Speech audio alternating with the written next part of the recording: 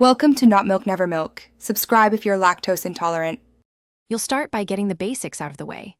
Update your iPad to the latest iPad OS and restart, because system updates include voice models and bug fixes. Once done, connect to stable Wi-Fi and grant microphone access so recognition is accurate. Then open Settings, go to Accessibility, find Voice Control, and toggle it on. This downloads necessary files. You're doing that now because the system needs local models. Enabling it initializes commands and lets you test immediately. Now you customize how voice control behaves so it fits your workflow.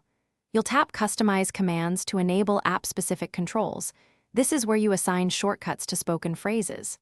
Next, use vocabulary to add custom words, acronyms, or names that the default model misses.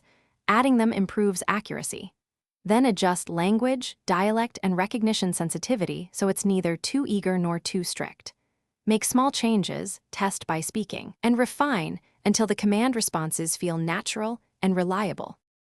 Finish by practicing common phrases and integrating voice control into real tasks. Say open mail, tap reply, or scroll down and watch how it performs.